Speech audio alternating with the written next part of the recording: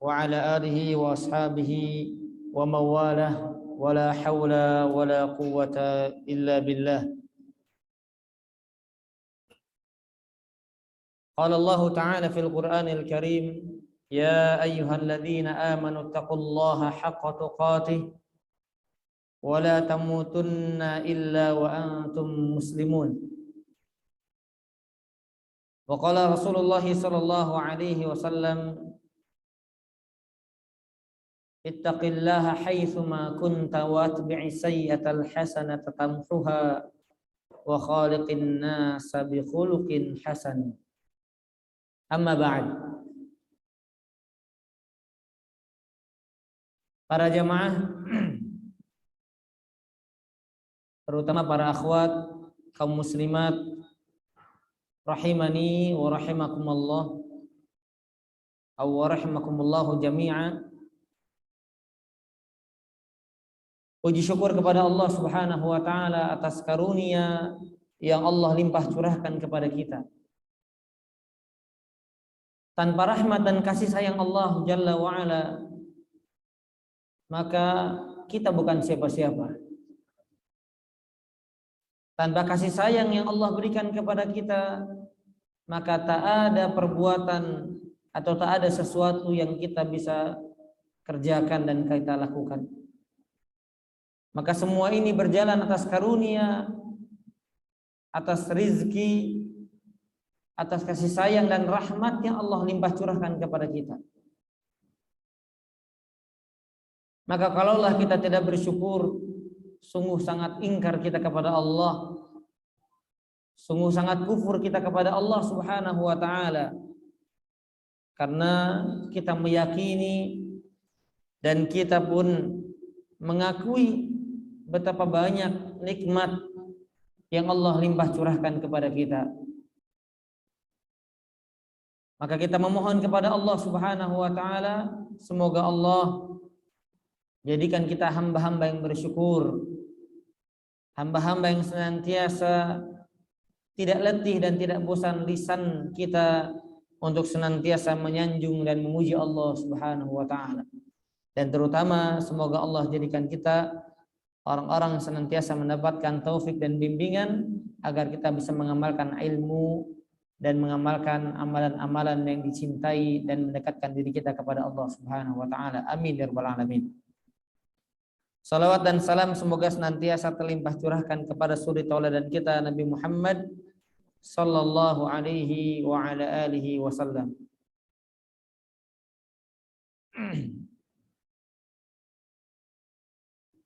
Ma'asyiral akhwat rahimani wa rahimakumullah. Di kesempatan pagi menjelang siang hari ini atau di waktu duha ini, kami akan menyampaikan sebuah tema yang tentunya pembahasan ini berlandaskan Quran dan Sunnah. Karena namanya ilmu agama bukanlah ucapan-ucapan manusia selain Nabi Shallallahu Alaihi Wasallam, melainkan semuanya harus bersumber dari Al-Quran dan Sunnah Nabi Shallallahu Alaihi Wasallam yang dipahami dengan pemahaman yang benar.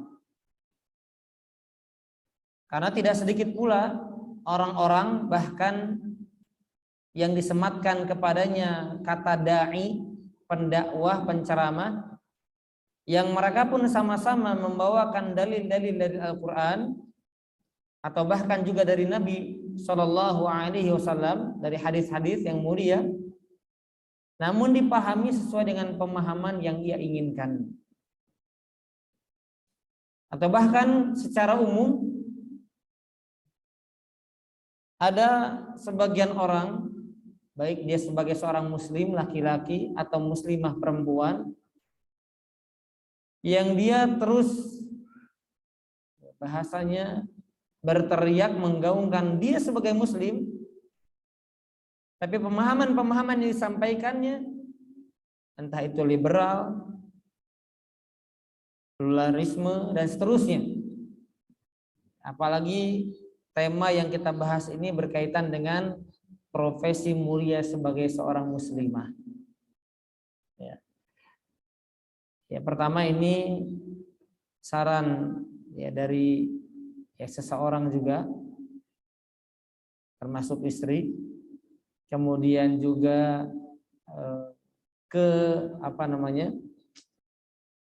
rasa khawatir saya ya, karena ada salah seorang pejabat yang kemarin saya baca, bukan kemarin ya, beberapa pekan lalu, dia meminta kepada kaum wanita untuk terus meneriakan kesetaraan gender gitu ya. Jadi wanita itu sama seperti laki-laki haknya. Bebas bekerja di mana, di instansi mana, di kantor mana, jadi pejabat apa bebas. Ditambah lagi 2022 tidak terasa 2023, nanti masuk 2024, masuk pemilu, nanti ada yang mencalonkan perempuan pejabatnya atau presidennya. Ya. Nah, ini perlu kita bahas agar kemudian masyarakat, khususnya yang hadir di sini atau umumnya nanti masyarakat, yang bisa nanti ibu-ibu, para akhwat bisa sampaikan kepada masyarakat bagaimana seharusnya menjadi seorang muslimah. Dan bapak-bapak juga ya yang hadir di sini, bagaimana menjadikan seorang istri menjadi wanita mulia di sisi Allah, menjadi sosok yang kita muliakan. Dan kita muliakan pun ikut aturan syariat. Jadi kita muliakan bukan sesuai dengan keinginan kita. Oh, ini justru saya muliakan biar dia dapat ini, dapat itu, bukan. Tapi kita muliakan sesuai dengan jalur syariat. Karena kita tidak bisa lepas dari syariatnya Allah Subhanahu wa taala. Baik para akhwat, para ummahat rahimani wa rahimakunallahu jami'a. Pertama, kami ingin sampaikan hukum asal bagi muslimah. Hukum asal bagi muslimah.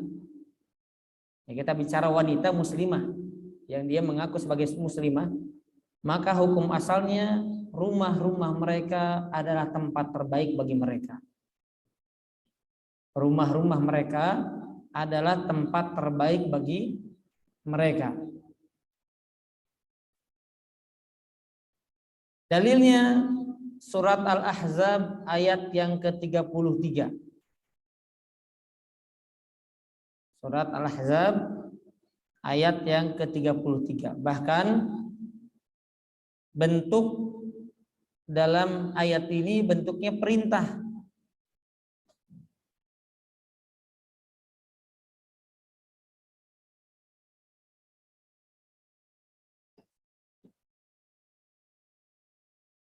Allah Subhanahu wa taala mengatakan, wa qarna fi buyutikunna wa la tabarrujna tabarrujal jahiliyatil ula wa aqimnas salata wa atinaz zakata wa ati'na Allaha wa rasulahu innama yuridullahu liyudhhiba 'ankum الرجس أهل البيت ويطهركم تطهيرا. Kata Allah, waqarna fi buyutikunna. Ini bentuk kata gantinya untuk kata ganti kedua bagi wanita. Antunna, bentuk jamak ya. Dan hendaklah kamu, wahai kaum wanita, qarna fi buyutikunna, menetaplah di rumah-rumah kalian. Dan janganlah kamu berhias dan bertingkah seperti orang-orang jahiliyah dahulu. Ya. Kemudian perintah-perintah lainnya nanti bisa dibaca, tegakkan sholat, ya, tunaikan zakat, taati Allah, taati Rasul dan seterusnya. Nah, tetapi yang kita garis bawahi adalah sesuai dengan tema kita. Allah perintahkan kaum wanita untuk menetap tinggal di rumah-rumah mereka. Ini hukum asalnya. Asy-Syaikh As-Sa'di rahimahullahu taala beliau berkata dalam tafsirnya, wala tuksirnal khuruja mutajammilat, ya, au mutatayyibat, dan seterusnya. Kata beliau, jangan kaum wanita itu memperbanyak keluar rumah dalam keadaan mereka menghiasi diri mereka, ya, mencantik-cantikkan diri. Kemudian seperti, ya, kebiasaan orang-orang wanita-wanita jahiliyah dahulu, begitu. Nah, maka ini hukum asalnya, ya. Tapi jangan pulang dulu, jangan kabur dulu, ya. Karena kalau pulang nanti, wah ini temanya udah ngelarang kita kemana-mana nih, ya. Kita harus sampai selesai biar nggak salah paham, nggak gagal paham, nggak kurang paham, harus sempurna paham. Baik, para akhwat kaum muslimat dan para jamaah sekalian rahimani wa rahimakumullah jami'a. Demikian pula dalam hadis yang sahih, Nabi SAW pernah mengatakan, la tamna'u ima Allahi masajidallah. Ustaz, berarti kajian jangan di masjid para ummahat mulai hari ini. Nah, ini hadisnya nih, ya. Jangan kalian melarang ima Allah, hamba-hamba Allah dari kaum wanita, masajid Allah, untuk mendatangi rumah-rumah Allah, yaitu masjid. Nah, jadi hukumnya bagi suami haram, hukumnya melarang istrinya untuk datang ke masjid, nggak boleh. Jadi bagi wanita ada hak, bagi istri ada hak, bagi suami ada hak. Di antaranya suami nggak boleh melarang istrinya untuk datang ke masjid. Tapi bagi istri lebih baik di rumah daripada masjidnya, begitu. Makanya kata Nabi secara sempurna hadisnya, la tamna'u ima Allah masajidallah. Jangan kalian melarang hamba-hamba Allah dari kalangan wanita untuk mendatangi rumah-rumah Allah untuk sholat, atau untuk duduk di majelis ilmu, atau untuk manfaat-manfaat lainnya, untuk berzikir dan seterusnya. Wa buyutuhunna khairul lahunna. Kemudian kata Nabi, dan rumah-rumah mereka tentunya lebih baik bagi mereka, ya. Walaupun ada hadis yang menerangkan, namun hadis ini perlu kami sampaikan tidak sahih, namun disebutkan di dalam beberapa website Islam yang berada di atas sunnah, ya, website tersebut. Intinya, ya, wanita itu dengan pekerjaan rumah tangganya dan seterusnya, kesibukan di rumahnya itu, ya, bisa menyamai laki-laki yang pergi ke medan perang jihad di jalan Allah. Luar biasa, ya, tinggal diam di rumah, nggak perlu bawa senjata yang berat, ada senjatanya pisau, tapi pisau dapur ringan, ya. Tapi pahalanya luar biasa karena Allah dan Rasulnya telah mengatakan rumah terbaik mereka atau tempat terbaik mereka adalah di rumahnya.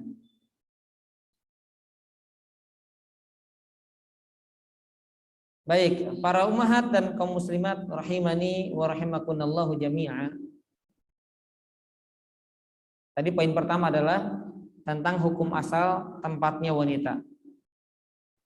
Maka kami sampaikan, karena memang tempat terbaik mereka adalah rumah mereka sendiri, ya, bagi yang sudah bersuami tentunya, yang sudah punya rumah di rumah suaminya, begitu. Bagi yang belum menikah di rumah bapaknya, di rumah orang tuanya. Karena yang memberikan nafkah kepada wanita tersebut adalah bapaknya, ya, adalah bapaknya atau ke atasnya, kakeknya dan seterusnya. Baik, maka karena tempat terbaik mereka adalah rumah-rumah mereka, maka pekerjaan, profesi, kegiatan, kesibukan terbaik bagi wanita adalah di mana? Di rumah. Apa ini?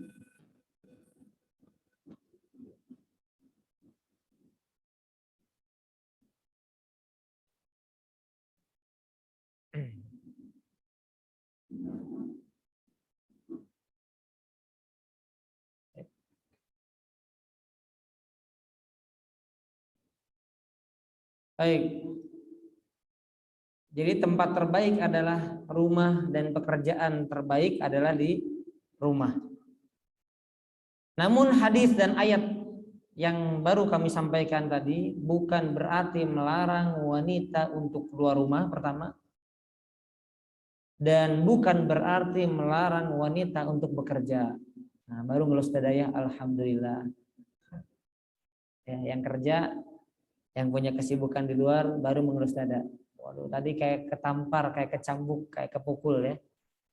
Nah, sekarang kita terangkan bahwasanya bukan berarti diharamkan bagi wanita keluar rumah, dan bukan juga berarti ayat tadi, hadis tadi melarang wanita bekerja di luar rumah. Namun tentunya ada dhawabit, ya, ada perkara-perkara yang perlu disampaikan, dijalankan, kemudian setelah disampaikan sehingga mereka halal untuk bekerja di rumah dan seterusnya. Profesi mulia sebagai seorang muslim.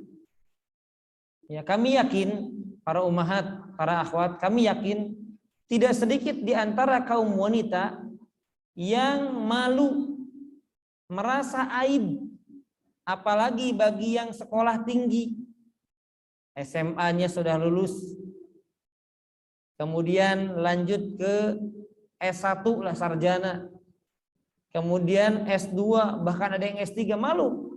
Lalu apa yang harus saya sampaikan dengan ilmu yang selama ini saya pelajari? Nah, ini hati-hati nih, nanti masuknya syubhat. Ya, pertanyaan-pertanyaan seperti ini akhirnya nanti menghalalkan segala cara yang kemudian dia jatuh kepada apa yang tidak Allah ridhoi. Karena dengan alasan tadi saya sudah belajar, berarti nggak menyampaikan ilmu. Nanti ada pertanyaan seperti itu ya kepada salah seorang ulama, kepada salah seorang syekh. Nah, jadi tidak sedikit di antara kaum wanita yang malu dia menjabat atau punya jabatan sebagai ibu rumah tangga. Tertulis di KTP-nya IRT, ibu rumah tangga. Padahal demi Allah kami sampaikan, sebaik-baik wanita ya ibu rumah tangga. Sebaik-baik profesi bagi wanita, yang paling mulia, yang paling afdal adalah menjadi ibu rumah tangga. Itu terbaik berdasarkan dua dalil tadi, belum lagi dalil-dalil yang lainnya. Itu yang terbaiknya. Jadi mulai dari detik ini hilangkan perasaan merasa kurang, merasa malu, merasa aib kalau dia nggak punya pekerjaan, nggak punya penghasilan bulanan dari luar ya, dari luar rumahnya, karena dia hanya menjadi seorang ibu rumah tangga. Dan hilangkan juga perasaan dari kita-kita, dari ibu-ibu, dari para akhwat, para kaum muslimat yang punya pekerjaan profesi di luar rumah, kemudian merendahkan orang-orang yang dia sudah sekolah tinggi tapi pekerjaannya cuma di rumah. Karena saya tidak sedikit mendapati ini, ibu-ibu. Dia ngapain ya sekolah S1, S2 tapi ujung-ujungnya ke dapur. Betul nggak ibu-ibu? Kan begitu. Ya, ujung-ujungnya di dapur juga. Ujung-ujungnya di rumah juga. Nggak ada ilmu yang disampaikan dari sarjana yang sudah dia raih atau magister yang sudah dia raih dan seterusnya. Nah, ini perlu kita hilangkan. Nggak boleh merendahkan. Ya, apalagi tadi berarti kita sedang merendahkan sesuatu yang dimuliakan Allah Subhanahu wa taala. Menjadi seorang ibu rumah tangga, menetap di rumahnya, melayani suaminya, mendidik anak-anaknya dan seterusnya. Yang kita akan rinci satu demi satu apa kegiatan-kegiatan bagi seorang wanita solehah yang menetap di rumahnya, yang ia akan mengalirkan pahala yang sangat banyak pada kehidupannya bahkan setelah kematiannya. Ya, sudah menjadi sunnatullah, sudah menjadi ketetapan Allah Subhanahu wa taala. Allah menciptakan makhluknya itu sesuai dengan tabiatnya. Jadi orang yang menyelisih tabiatnya berarti dia sudah keluar dari fitrahnya. Ya, maaf, ini kasih contoh sederhana saja yang sedang viral ya. sudah menjadi sunnatullah. Laki-laki suka perempuan, perempuan suka laki-laki. Berarti kalau ada laki-laki suka laki-laki, perempuan suka perempuan, berarti keluar dari apa namanya? Keluar dari fitrahnya. Ya memang dia diciptakan di atas fitrah tersebut. Nah, maka fitrahnya laki-laki apa, fitrahnya perempuan apa ada dalam syariat. Dijelaskan dalam syariat.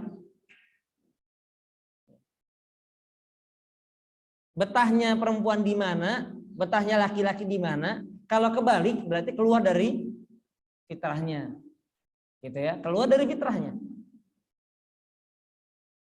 Yang dimana Allah ciptakan makhluknya di atas tabiatnya itu, di atas kebiasaannya, di atas bawaannya, dan di atas fitrahnya yang sudah Allah tetapkan kepada setiap makhluknya.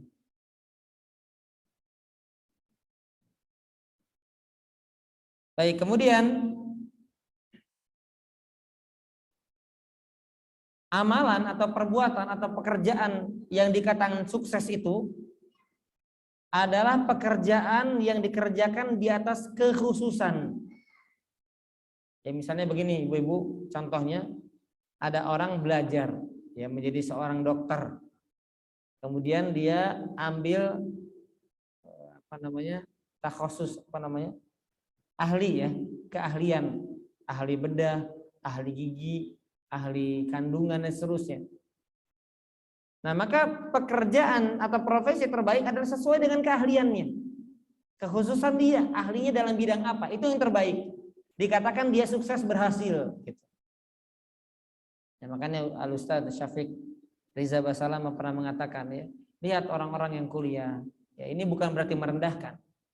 Ini hanya mengajak kita belajar agama itu wajib. Buktinya banyak orang yang kuliah tinggi, akhirnya ujung-ujungnya dagang, ya maaf, ada yang jadi jualan pecel lele, ada yang nasi uduk dan seterusnya. Nggak sesuai itu rezeki yang dia dapat dengan jurusan yang dia belajar di sana, betul nggak Pak? Karena rezeki yang ngatur siapa? Allah, bukan universitas, bukan perkuliahan yang dia belajar di dalamnya, bukan. Rezeki yang ngatur Allah. Ya, tentunya kita nanti qanaah, ridho dengan ketetapan Allah, tawadhu dan seterusnya. Tapi kalau belajar agama, apapun profesi kita, apapun pekerjaan kita, apapun kesibukan kita, apapun bisnis kita, belajar agama wajib, nggak ada pilih-pilih. Nah, itu kewajiban, beda dengan pilihan. Pilihan silakan. Nah, nanti rezeki kita milih, Allah milih. Nah, kita milih, Allah milih, tetap pilihan Allah yang menang. Wa ma tasyauna illa ayyasha Allahu rabbul alamin, dalam surat At-Takwir ayat yang terakhir. Tidaklah kalian berkehendak kecuali Allah Subhanahu wa taala yang berkehendak. Maksudnya yang mengatur kehendak dari kehendak-kehendak yang kita inginkan, yang kita harapkan adalah Allah Subhanahu wa taala, Rabb semesta alam. Ya, kembali kepada kalimat tadi, dikatakan seorang itu bekerja profesional, bekerja sukses adalah dia mengerjakan sesuatu dengan sesuai bidangnya atau keahliannya. Maka bidangnya bagi muslimah apa, bidangnya bagi muslim apa, bidang bagi wanita apa, bidang bagi laki-laki apa, itu sesuai dengan keahlian dan kekhususan mereka masing-masing. Ya. Ada laki-laki, ya seorang laki-laki kekhususannya yang memang tidak bisa perempuan itu berserikat dalam kekhususan itu. Demikian pula wanita, ada perbuatan-perbuatan, pekerjaan-pekerjaan yang memang itu bidang wanita, yang laki-laki tidak berserikat, tidak ikut serta di dalam perbuatan tersebut atau di dalam pekerjaan tersebut. Nah, ini sudah menjadi tabiat dalam penciptaan Allah Subhanahu wa taala.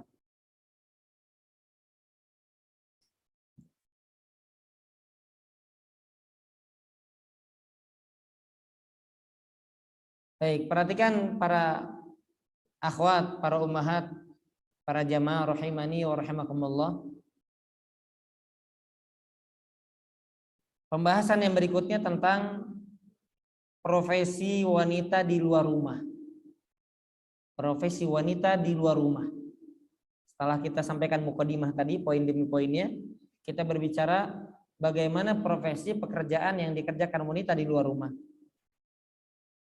Karena tadi sudah kita sampaikan, apa yang kami sampaikan dalil Quran, kemudian dalil dari hadis, ini bukan menunjukkan haramnya wanita bekerja di luar rumah. Maka sekarang kita akan berbicara apa pekerjaan wanita di luar rumah. Ada pekerjaan-pekerjaan yang memang pekerjaan tersebut membutuhkan wanita dalam bidangnya. Seperti apa? Di antaranya ini sebagian contoh saja, bukan berarti pembatasan. Ya, saya tidak membatasi hanya ini saja, bukan. Tapi ini hanya sebagian contoh, karena kalau kita sebutkan banyak. Ini sebagai contoh saja. Di antaranya adalah at-taulid. Apa itu? Kandungan. Ya.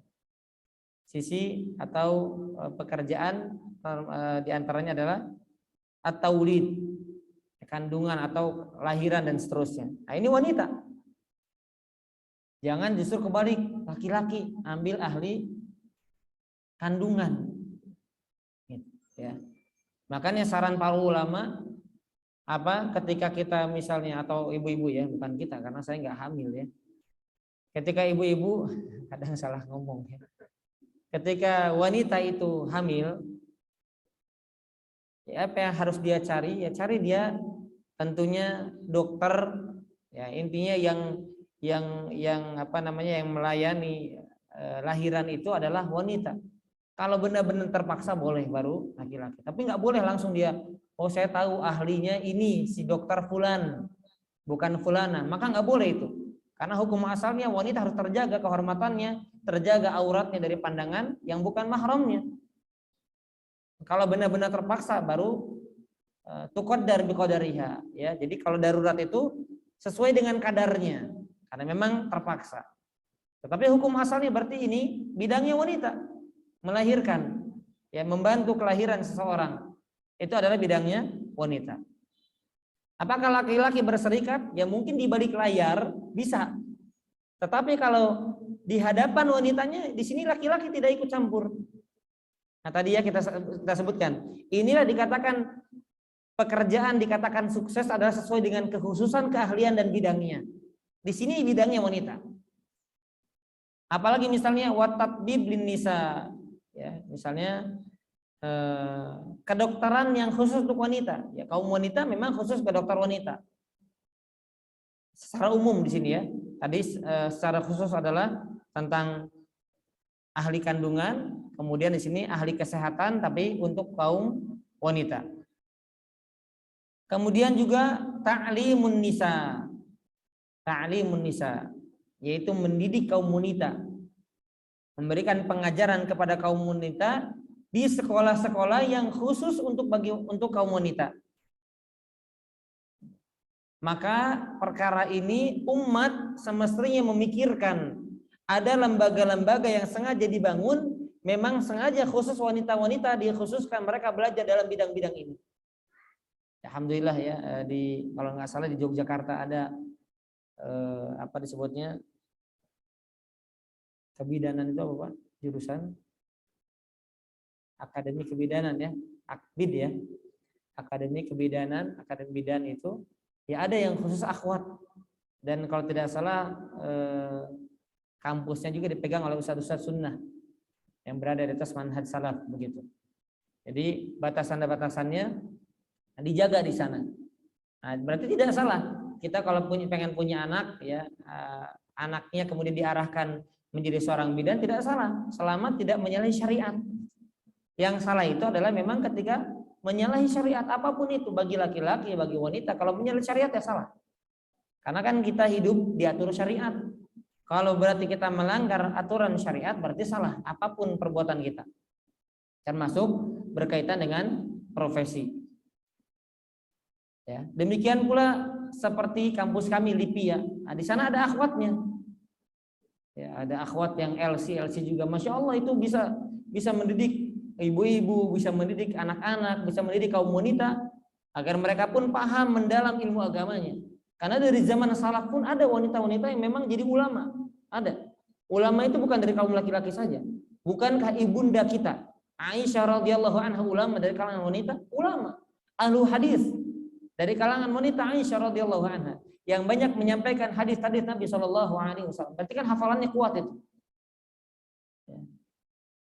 Nah, ini ada jadi lembaga-lembaga yang memang bidangnya wanita, ya seperti ada di pengajaran, ya, di Libya ada, kemudian di luar negeri juga ada, di Mesir, Saudi, yang memang mereka juga mensyaratkan harus ada mahram ketika mereka diterima di sana dan seterusnya.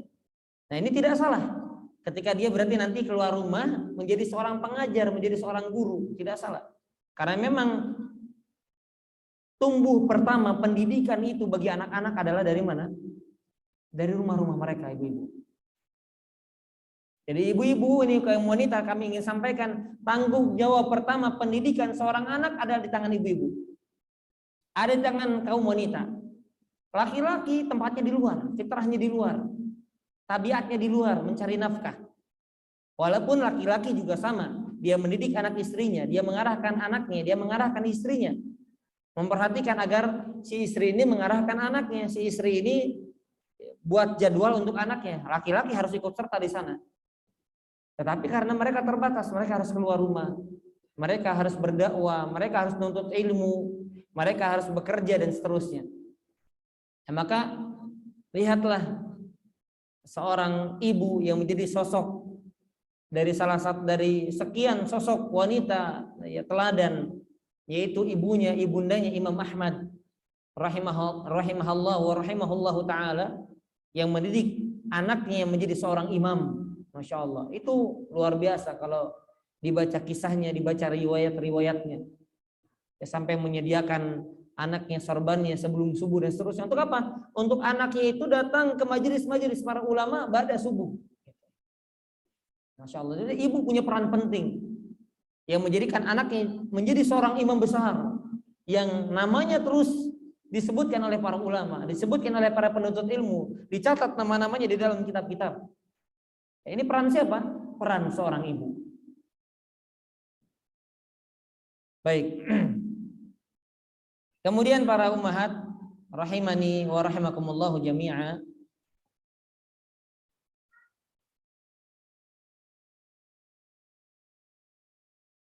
Umat, ya umat itu maksudnya keseluruhan kita umat Islam, memang sudah sepantasnya mempersiapkan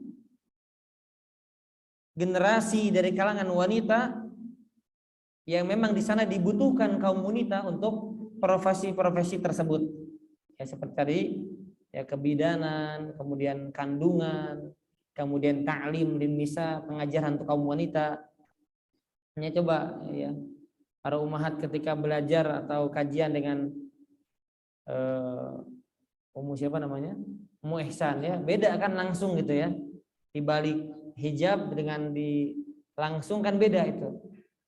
Kemudian tidak ada batasan, artinya langsung saling bertanya, saling bertatap muka, langsung beda. Walaupun ya tidak salah karena memang Nabi pun sama membuat majelis untuk kaum wanita. Dan waktu itu kalau tidak salah di harinya hari Selasa yang dipilih oleh Nabi Shallallahu Alaihi Wasallam. Karena waktu itu kaum wanita ya dari kalangan sahabiyat, mereka menginginkan waktu khusus untuk mereka belajar. Wahai Rasulullah, ini kok laki-laki terus yang majelis ilmu, kami juga ingin khusus. Maka akhirnya Nabi mengkhususkan satu hari di mana mereka para wanita belajar dengan Nabi Shallallahu Alaihi Wasallam. Nah, ini bisa masuk dalam kategori fardu kifayah. Hukumnya bisa fardu kifayah. Jadi ada sebagian kalangan dari kaum wanita yang sengaja memang belajar untuk itu. Jadi jangan sampai ini laki-laki yang pegang ahlinya ini. Nah, kita ibu-ibu silahkan ya. Ini bidang yang wanita. Nah, kan diniatkan karena Allah akan menjadi ladang ibadah juga. Ketika nanti membantu ya, kelahiran seseorang, membantu mengobati seseorang yang memang khusus wanita dengan wanita, kemudian belajar dan seterusnya.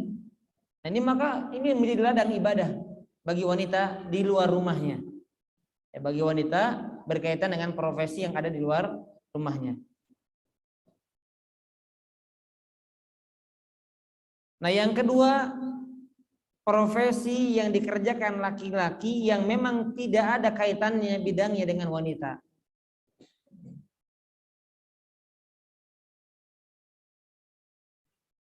Ya.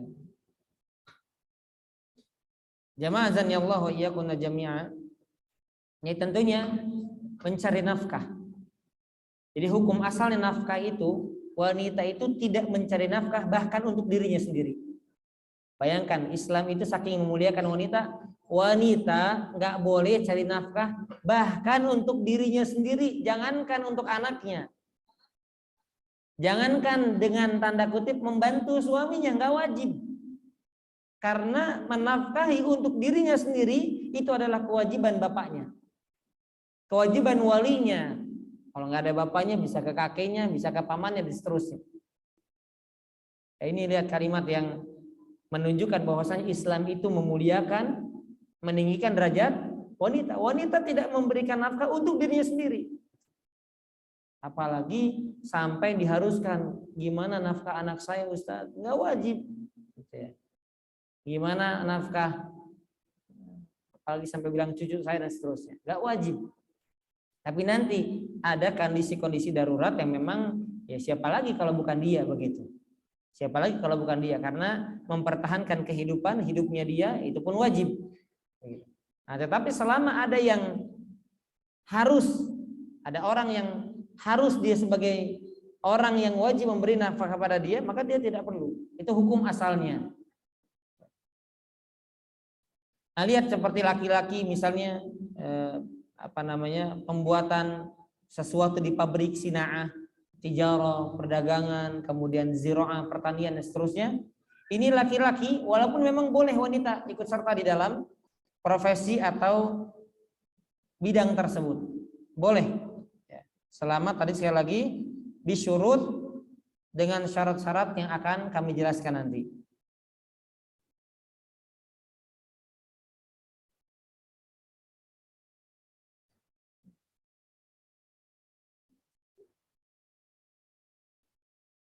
Sebelum kita membahas tentang syarat-syarat wanita bekerja di luar, ya kita akan sampaikan tempat-tempat yang memungkinkan wanita bekerja di luar rumahnya, ya, atau bidang apa saja. Tadi secara umum sudah kita sampaikan, namun di sini juga ada tambahan lain, misalnya dakwah, berdakwah, boleh. Ya, tapi maaf beribu maaf, ya maaf berjuta maaf juga. Ya, kalau wanita tampil di televisi, tampil di layar YouTube, nah ini tidak ada syariatnya. Karena dulu para sahabat pun menimba ilmu kepada Aisyah, tapi mereka datang ke rumahnya dan mereka bertanya di balik hijabnya. Artinya Aisyah tidak bikin majelis ilmu. Ya. Apalagi sampai gitu ya, bikin begitu-begitu. Mama, ibu, teteh dan seterusnya, ya panggilan-panggilan itu ya. Saya menyinggung semua ya, bukan satu dua orang. Entah yang dipanggil mama, entah dipanggil apa saja ya. Atau sekarang ada artis yang kemudian tiba-tiba jadi ustazah. Ya, banyak sekarang begitu kan fenomenanya ya. Dan tampil di hadapan para lelaki dan seterusnya tidak boleh. Walaupun saya condong kepada pendapat tidak wajib namanya cadar, tapi untuk sengaja tampil di layar yang kemudian bisa di-pause, bisa di-screenshot, bisa dinikmati wajahnya oleh kaum laki-laki di mana saja nggak boleh. Mereka tetap harus tertutup, ya. Bahkan begini, ketika saya mengatakan saya lebih condong kepada fatwa ulama yang mengatakan cadar tidak wajib, mereka pun ketika menjadi fitnah mereka tutup wajahnya. Misalnya ada laki-laki yang liatin wajahnya, bukan sengaja, nih, gitu. Bukan sengaja nih cantik saya, enggak, ditutup dia, karena dia tahu akan menimbulkan fitnah kepada laki-laki. Sekalipun umumnya dia dibuka begitu, ya, bisa dipahami ini ya. Nah, jemaah zanillahu iyyakum ajma'in, maka dari itu dakwah kepada Allah Subhanahu wa taala atau dakwah di jalan Allah, menegakkan amar ma'ruf nahi munkar bagi kaum wanita tetap itu bisa dikerjakan. Tapi ada batasan-batasannya, tidak tampil di layar televisi, kemudian tidak sengaja bikin link-link ya, YouTube, Instagram seterusnya kemudian dia tampil.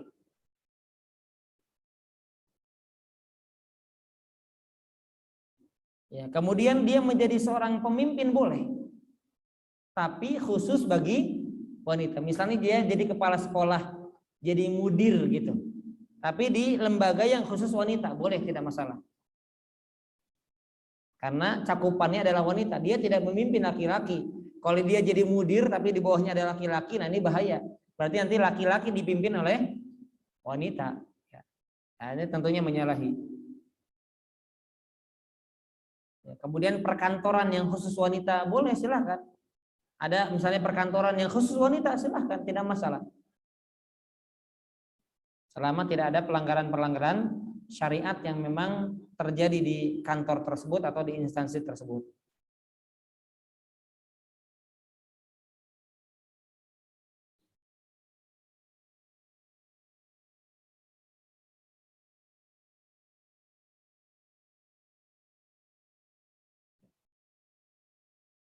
Baik, maka siapapun yang mengatakan karena ada syubhat ya wanita itu bekerja di luar rumah, kemudian kesetaraan gender gitu ya. Maaf, di kantor-kantor sekarang bahkan ada yang setengah 50% untuk wanita, 50% laki-laki dan seterusnya. Ini bahkan bisa masuk ke dalam kezaliman. Banyak laki-laki yang akhirnya nganggur. Kenapa? Karena dibuka kesempatan untuk apa? Untuk wanita. Jadi sesungguhnya ya kalau kita ingin bicara negara mempersiapkan untuk laki-laki. Ya wanita kemudian dinafkahi oleh laki-laki tersebut. Walaupun ada wanita-wanita yang tadi yang tidak cukup nafkah untuk dirinya karena orang tuanya tidak cukup, tadi ada tempat-tempat yang memang dikhususkan untuk wanita. Di sana mereka mengajar, di sana mereka bisa kegiatan, aktivitas dan seterusnya.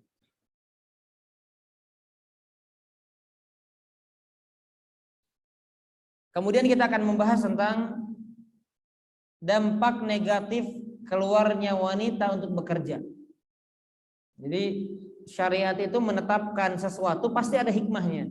Nah, di sini disebutkan apa efek negatif kalau wanita bekerja di luar rumah. Apalagi dalam tanda kutip ini kita bicara ketika melanggar syariat.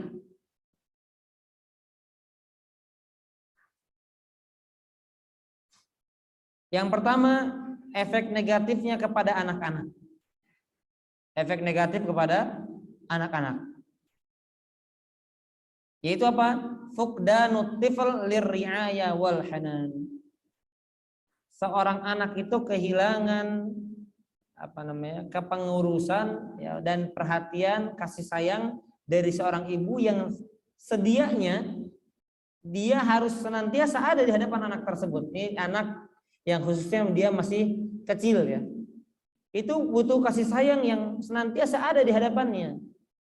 Tapi karena ibunya dari pagi sampai siang bahkan lembur sampai sore, lembur sampai malam, maka anaknya terbatas mendapatkan kasih sayang dari seorang ibu. Ini efek negatif yang pertama. Dia pengen curhat, dia pengen mengadukan masalah, tidak ada. Karena memang tempat kembali anak itu pertama kepada ibunya.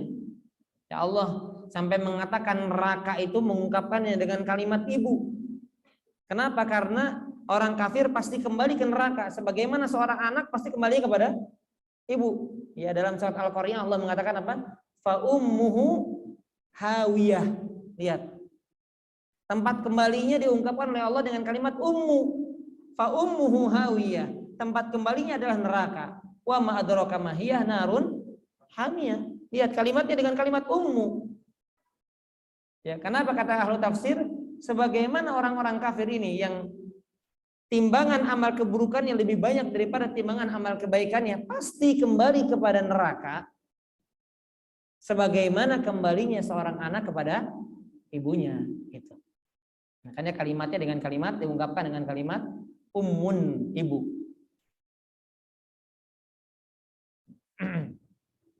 Kemudian juga bukan sekedar kasih sayang yang senantiasa harus disediakan untuk anak-anaknya, perhatian juga, kemudian terbengkalainya pendidikan yang mana ibu menjadi al-madrasatul ula libniha, yaitu pendidikan anak. Yang mana pendidikan anak ini kata para ulama adalah al-madrasah al-ula, pendidikan sekolah pertama bagi anak-anaknya adalah ibu.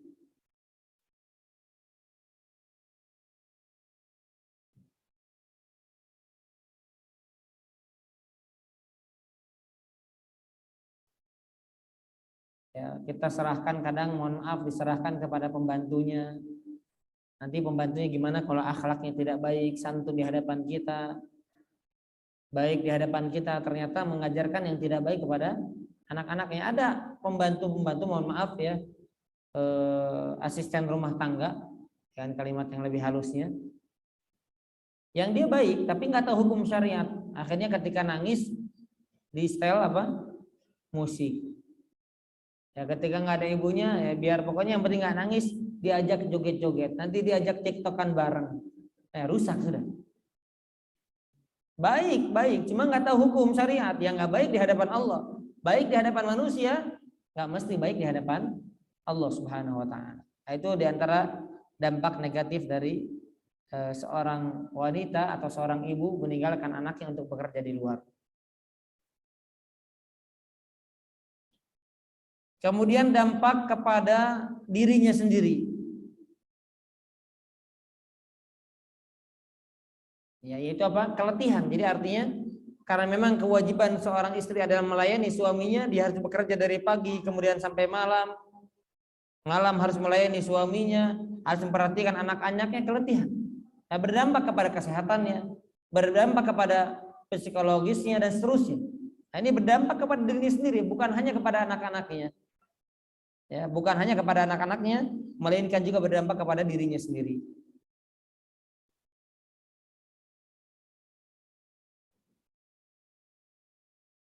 Jadi sisi keperempuanannya, keibu-ibuannya bisa hilang karena sebab itu.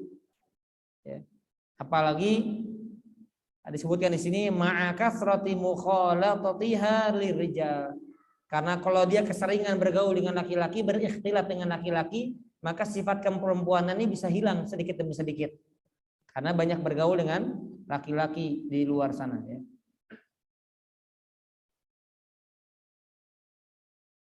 Kemudian yang ketiga, dampak negatif kepada suaminya.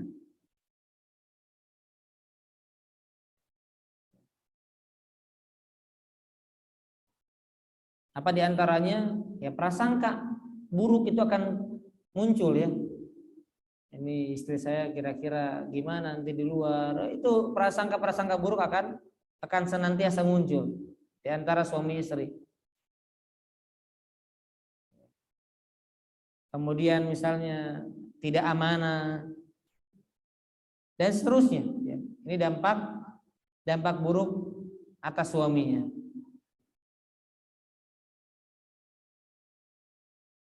Kemudian dampak buruk untuk masyarakat.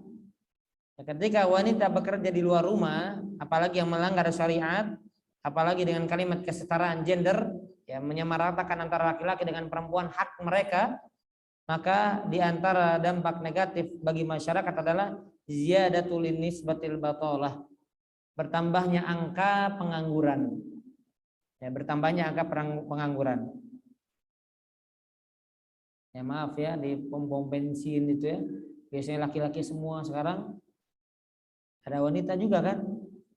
Nah, coba yang melayani demikian, kenapa dianggap ya mungkin lebih menarik dan seterusnya, karena banyak rata-rata di jalanan laki-laki, akhirnya harus ditampilkan perempuan.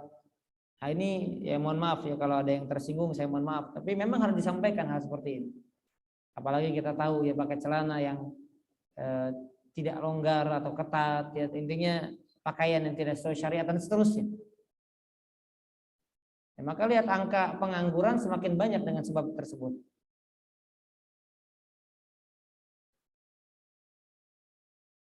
Kalau apa namanya? Kalau angka pengangguran laki-laki itu semakin banyak, ya semakin banyak juga wanita yang minta cerai karena tidak diberi nafkah. Ya angka pengangguran banyak, angka perceraian semakin banyak. Itu pengaruhnya kemana-mana. Ya, pengaruhnya kemana-mana.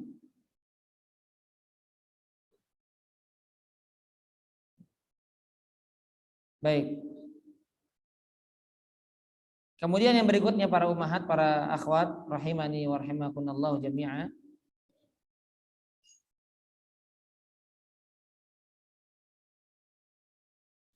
Sekarang kita berbicara ya, sebelum nanti kita bicara secara umum pekerjaan mulia bagi wanita di rumahnya. Apa syarat-syarat wanita bekerja di dalam Islam? Jadi sebagaimana telah diterangkan, tidak haram ya, tidak haram wanita bekerja secara umum, tetapi ada aturan-aturannya. Ya, ada aturan-aturannya yang ditetapkan oleh syariat.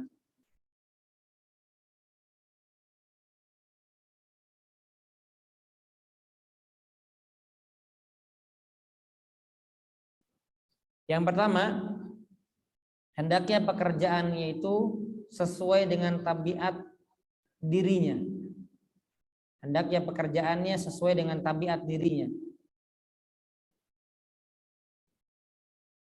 Ya, maaf ada sebagian bahkan ya, tukang parkir dari wanita itu kan karena saking sulitnya ekonomi ya sebetulnya. Tapi kan bukan tabiatnya wanita seperti itu. Parkirin mobil, itu narik-narik motor gitu ya dan seterusnya. Kalau di rumahnya jadi bosnya aja nggak apa-apa. Punya lahan parkir tinggal terima uangnya aja nggak apa-apa. Tapi tega juga ketika ada laki-laki diparkir sama wanita yang nariknya perempuan itu ya. Nah, tega juga itu laki-laki ya, membiarkan demikian. Jadi hendaknya sesuai dengan tabiat wanita dan mendekati fitrahnya. Ini masih poin pertama, dan mendekati fitrahnya.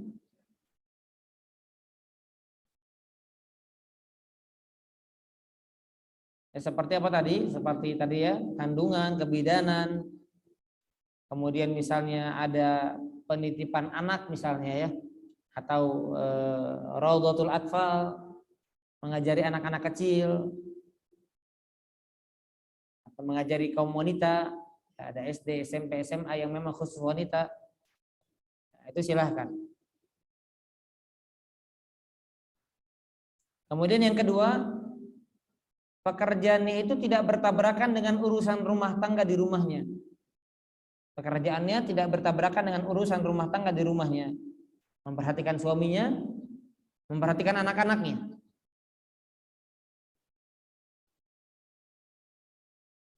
Jadi kalaupun harus bekerja di luar rumah, waktunya terbatas karena ada waktu dia harus di rumah mengurus suaminya dan mengurus anak-anaknya.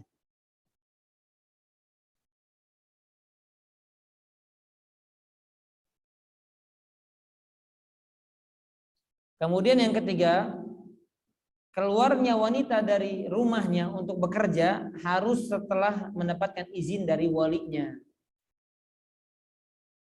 Walinya adalah orang tuanya bagi yang belum menikah, dan suaminya atau suaminya bagi yang sudah menikah.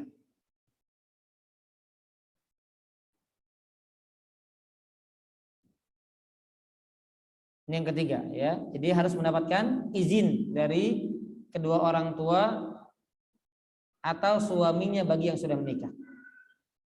Yang keempat, pekerjaannya terhindar dari hal-hal yang diharamkan. Seperti apa? Tabarruj. Kemudian safar. Ya, nggak boleh wanita safar tanpa mahram. Ya. Makanya banyak pekerjaan-pekerjaan yang menggiurkan tapi haram. Banyak pekerjaan-pekerjaan yang gajinya menggiurkan tapi haram. Ya, bagi wanita apa berarti? Contohnya yang pekerjaannya safar terus apa? Hah? Pramugari. Ya, nggak boleh itu. Karena safar mau tidak mau. Kan nggak ada pesawat dalam kota, nggak ada ya Pak? Ya nggak? Kalau dalam kota kan belum safar. Dalam kota gimana? Baru terbang udah nabrak gitu, udah jatuh. Maka mau tidak mau dia harus masuk dalam safar, ya lebih dari 80 km atau kembali kepada kebiasaan masyarakat atau penilaian masyarakat. Maka tidak boleh. Ya, dia mendapatkan dosa atas hal tersebut. Gajinya bagaimana? Menggiurkan sekali. Kemudian yang kelima, hendaknya menghiasi dirinya dengan bertakwa kepada Allah.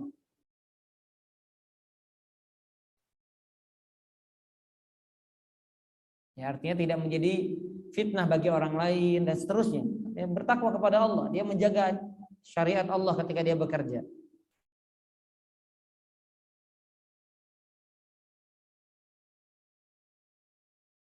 Kemudian yang keenam, hendaknya dia menggunakan hijab yang syar'i.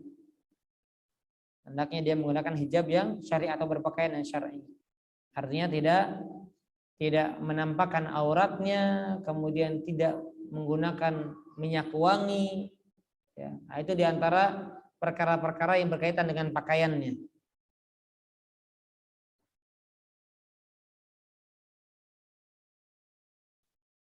Ya, ini diantara syarat atau aturan-aturan yang berlaku yang berkaitan dengan profesi wanita di luar rumah. Jadi artinya tidak ada, ya, siapapun ulamanya tidak ada yang mengatakan haram wanita bekerja di luar rumah selama aturan-aturan tadi dikerjakan, ya, berlaku dan dikerjakan oleh dirinya. Namun sekali lagi para ummahat, para akhwat rahimani wa rahimakumullah jami'a, sekali lagi ya, profesi paling mulia bagi seorang wanita adalah di rumahnya. Bagi laki-laki, bagi seorang suami, hendaknya dia mendukung, dia bekerja keras, dia bekerja di luar rumah, dan hendaknya dia, ya, bukan tidak mengizinkan, ya, hendaknya dia berusaha agar istrinya itu dimuliakan dengan cara yang disyariatkan Allah, yaitu apa? Menetap di rumahnya, mendidik anak-anaknya, diarahkan, kemudian dia tidak perlu terlalu capek sehingga dia pun harus bekerja di luar rumah. Nah, ini sudah bentuk bagaimana syariat itu memuliakan wanita. Nah, jamaah azanillah wa iyyakum jami'a.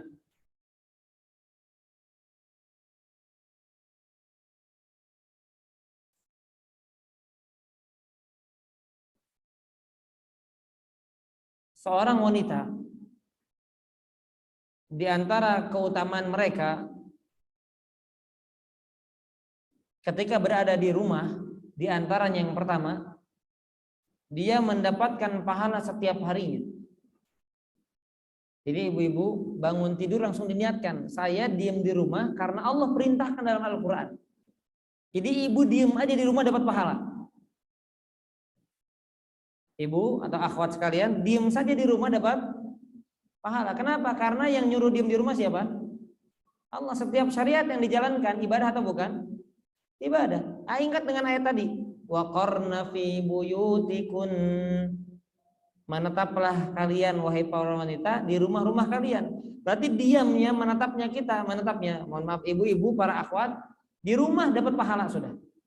Kenapa? Imtithal li amrillah, karena mengerjakan apa yang diperintahkan Allah. Bayangkan, diam saja dapat pahala. Tentunya kalau diniatkan karena Allah atau mendapatkan pahala dari Allah Subhanahu wa taala. Kemudian yang kedua, dia menjadi orang yang tadi berbakti kepada suaminya dengan dia melayani suaminya, mengurusi rumah tangganya. Dan setiap pekerjaan wanita yang dia kerjakan karena Allah, melayani suaminya. Maaf ya, kita bukan berarti mengatakan ini kewajiban wanita, cuci piring, ngepel rumah, cuci baju, itu bukan kewajiban wanita, bukan. Tetapi memang adatnya seperti itu, ya.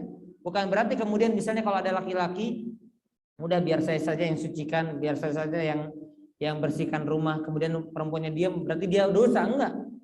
Ya misalnya dia tahu kalau istrinya sedang capek. Bukan berarti istrinya meninggalkan kewajiban, karena bukan kewajiban dia seperti itu. Kewajiban dia melayani suami. Kalau suaminya perintahkan, wajib. Dia dapat pahala akan hal itu. Nah, berarti dia dengan pekerjaan rumah tangga yang dia kerjakan dapat pahala. Setiap keringat yang menetes dari fisiknya, dari tubuhnya, bukankah akan ditimbang oleh Allah Subhanahu wa taala? Bukankah akan menjadi saksi kebaikan di hadapan Allah Subhanahu wa taala?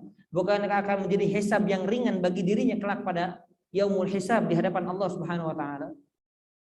Dan ini ingat, semua jenis ibadah wajib didasari dengan ihtisab. Jadi ibu-ibu, para akhwat yang di rumah, yang sibuk dengan pekerjaan rumah tangga, nggak boleh berniat kecuali karena Allah. Pertama, bukan karena ingin mendapatkan pujian dari anak-anaknya atau dari suaminya, bukan karena ingin menjadi teladan bagi anak-anaknya, nih saya bersih, menjadi seorang ibu yang bersih, bukan itu. Yang pertama ihtisab. Ya, kalau karena manusia nggak dapat pahala. Tetapi kalau karena Allah, semua yang dikerjakan menjadi ladang pahala bagi dirinya. Yang kedua, ya. Yang ketiga, dia menjadi pendidik bagi anak-anaknya. Dan ini yang saya sarankan dan saya titik beratkan, saya garis bawahi, saya tebalkan kalimatnya. Ya. Wanita ketika mendidik anak-anaknya, maka itu momen kesempatan menjadi ladang amal jariah bagi ibunya dari anak-anaknya. Setiap huruf yang diajarkan, ini saya ingin jujur saja, surat-surat yang dihafalkan anak saya, ibu, saya punya anak Zaid namanya, surat-surat yang dihafalkan dalam Al-Quran itu kebanyakan, jujur saja, saya kalaupun saya ustadz, anak mohon maaf istri saya lulusan SMA umum, jadi banyak ustadz dapat pesantren mana istrinya, dapat kuliah di Libya di mana, dapat enggak, saya katakan saya enggak malu, enggak aib bagi saya. Jadi SMA umum, langsung setelah lulus SMA saya nikahi. Ya. Tapi juz 30 selesai melalui tangan istri saya. Saya hanya beberapa ayat paling. Ya memang nanti setelah dia dewasa saya yang pegang ya. Saya yang talaki, tajwidnya dan seterusnya. Tapi lihat, bukankah ini ladang pahala? Setiap bacaan Quran yang akan dia baca sampai dewasa, itu pahala mengalir kepada siapa? Ibunya. Maka hendaknya seorang ibu, ini kalau bagi yang sudah menikah, sudah punya anak, hendaknya seorang ibu berlomba dengan suaminya. Suaminya mumpung di luar rumah, saya harus didik nih. Coba kalau ambisi kita akhirat, semangat kita. Itu menjadi motivasi, dorongan kita.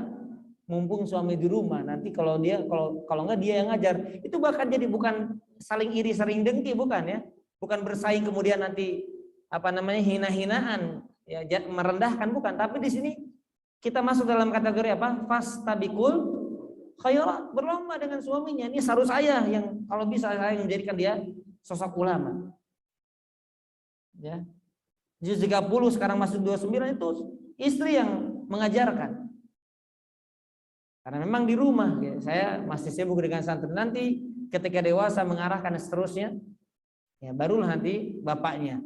Ya, sebagaimana dulu para ulama demikian, Syekh Albani berguru kepada siapa? Bapaknya, menjadi ahlu hadis. Itu salah satu gurunya bapaknya sendiri.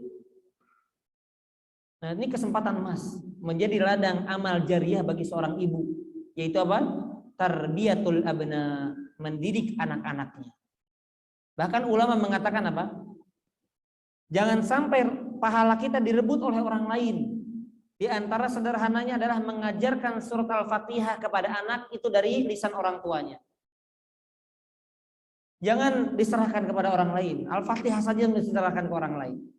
Nanti pendalamannya orang lain silahkan, ya.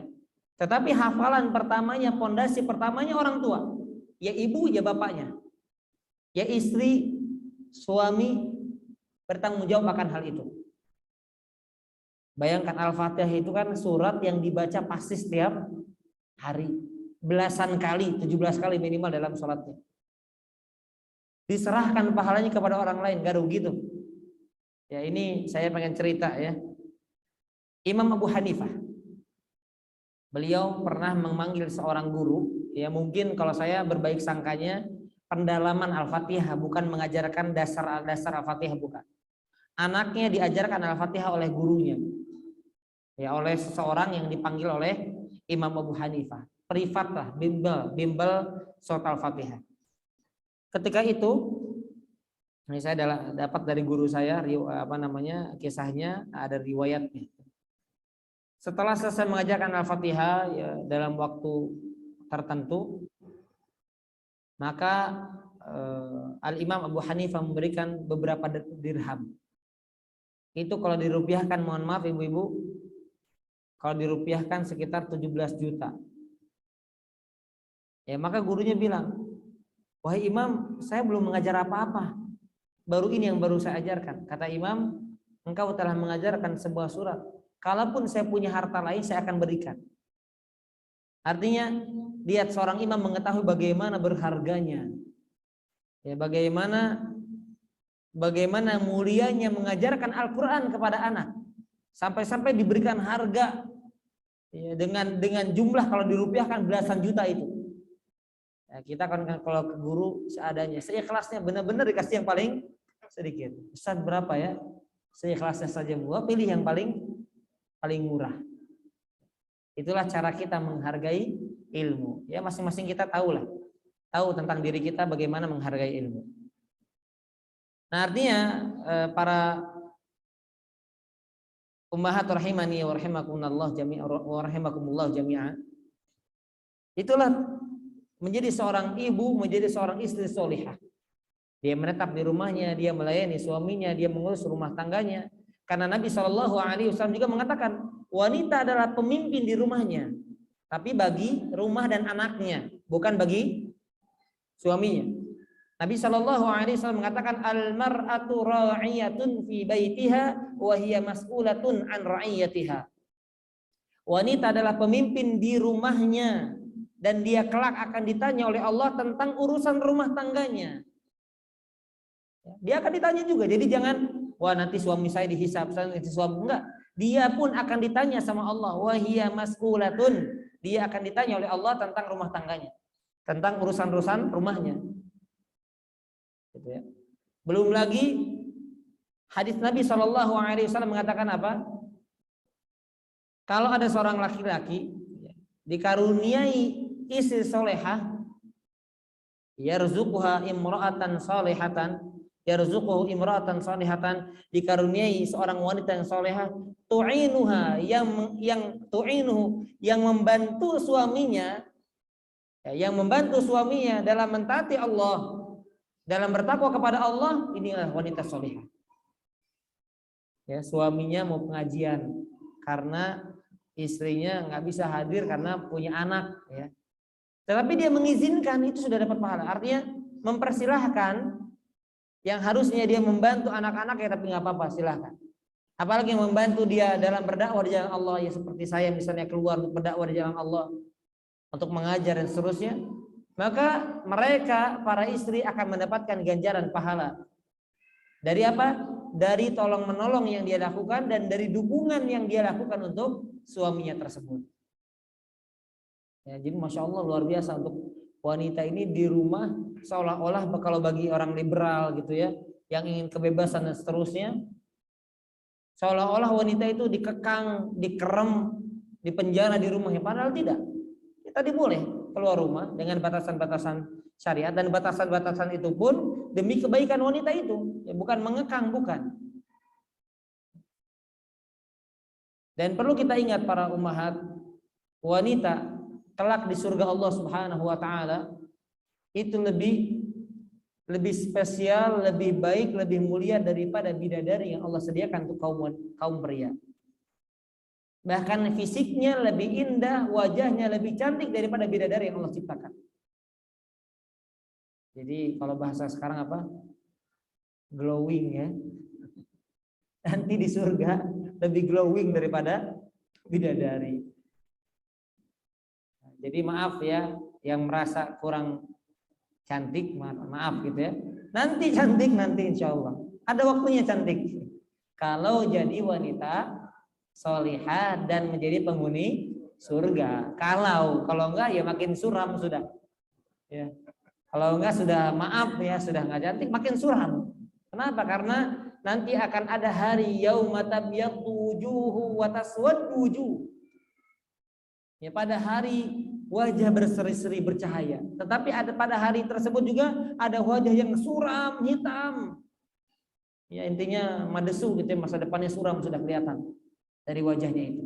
Kenapa? Ya wa ammal ladzina kafaru, orang-orang kafir, orang tidak beriman, atau karena sebab dosanya, maka cahaya yang Allah berikan kepadanya sedikit saja. Terlihat bagaimana dosa-dosanya dalam wajahnya, dalam fisiknya. Nauzubillah min dzalik, ya. Baik, para akhwat, para ummahat dan para jamaah sekalian, sekali lagi menjadi kesimpulan kita, saya akan bacakan beberapa fatwa para ulama juga ya.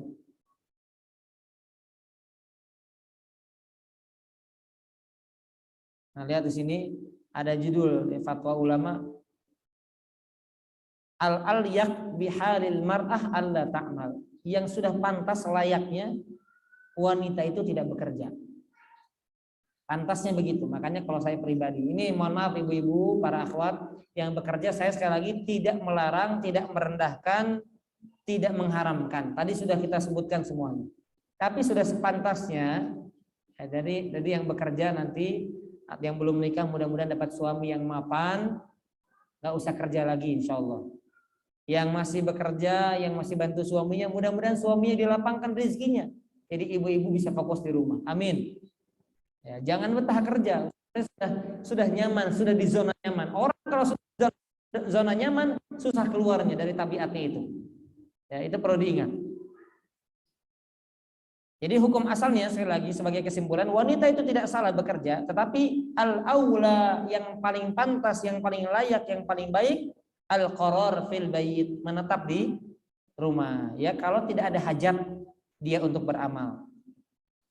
Makanya kalau saya pribadi enggak, ya, sama sekali tidak ada niatan itu untuk dibantu istri, ya, penghasilan bulanannya dan seterusnya, enggak ada sama sekali terpikir demikian. Apalagi mohon maaf ya, kebanyakan pekerjaan itu, kebanyakan kantor-kantor kan di Indonesia ini adalah ikhtilatnya itu. Yang perlu kita perhatikan ya, larangan syariat yang sering dilanggar itu adalah ikhtilat, bercampur baur antara laki-laki dan perempuan. Nah, itu yang akan menghantarkan kepada fitnah. Maka sebagai kesimpulan, jangan pernah gengsi sekalipun kita sudah punya ijazah setinggi langit, ya, sudah punya S1, S2, S3, sudah punya ahli ini, ahli itu dan seterusnya. Ya, kecuali memang ada bidang khusus yang memang wanita dibutuhkan di sana, menolong umat Islam di sana, ya tidak masalah. Bahkan saat itu bisa menjadi kebaikan untuk dirinya. Jangan pernah gengsi punya jabatan ibu negara. Ibu negara punya jabatan ibu rumah tangga, jangan pernah gengsi.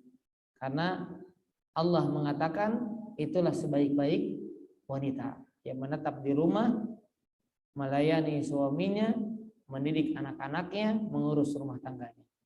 Ya, maka insya Allah mereka adalah menjadi wanita-wanita terbaik di atas muka bumi ini. Ya. Amin ya rabbal alamin.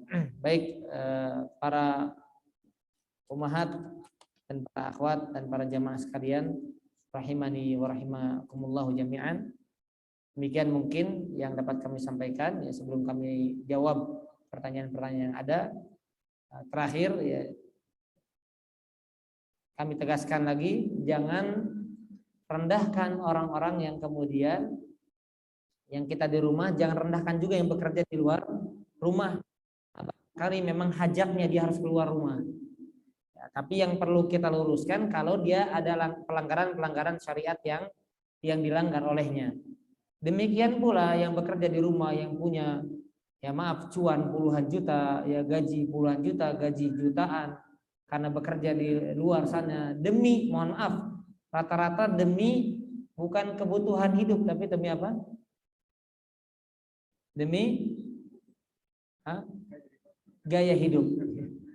Demi gaya hidup ya. Kalau saya nggak ikut kerja, Ustaz, kapan kebeli mobilnya? Kapan kebeli rumahnya? Nggak bisa patungan sama suami dan seterusnya.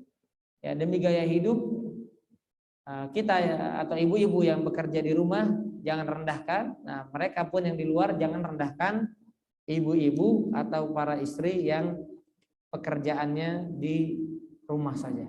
Ya. Wallahu a'lam bishawab. Baik, kami akan jawab pertanyaan-pertanyaan yang mampu kami jawab, dan tidak mampu kami jawab silahkan bisa ditanya kepada asatidz lainnya.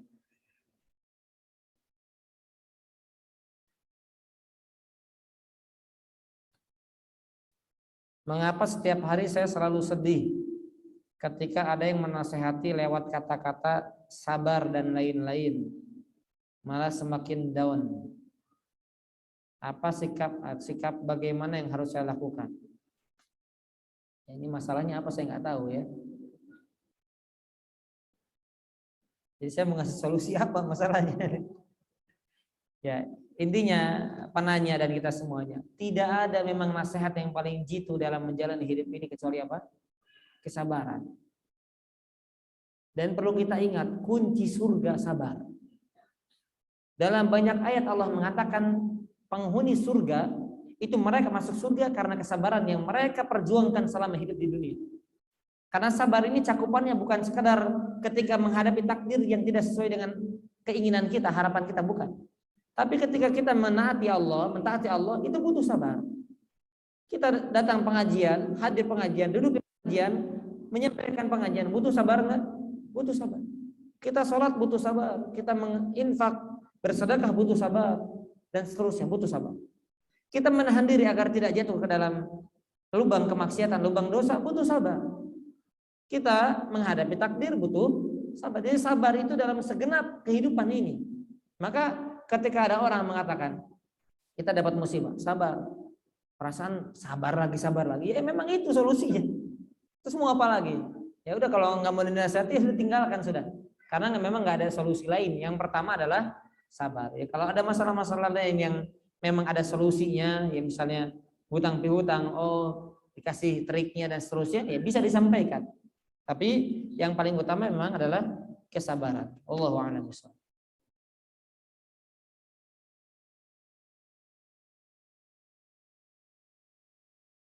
Apakah ungkapan jika kupu-kupu masuk rumah bakal ada tamu, jika sedang hamil harus bawa gunting dan lain-lain, termasuk kesyirikan yang dapat mengeluarkan seorang dari Islam jika dilakukan terus-menerus? Baik, ini disebutnya apa? Tatayur. Ya, menghubung-hubungkan kejadian sesuatu dengan kejadian yang lainnya. Maka ini at-tiyaratu syirkun, kata Nabi, at-tiyaratu syirkun. Tatayur itu syirik. Nah, tergantung, kalau dia menganggap sebagai perantara saja, syiriknya bisa syirik kecil. Bisa juga syirik besar kalau memang menganggap karena inilah datangnya tamu, bukan karena sebab Allah, bisa syirik besar. Ya, jadi tergantung kepada keyakinannya. Dan tentunya syirik kecil maupun syirik besar sama-sama dosa besar. Ya, dosa besar itu.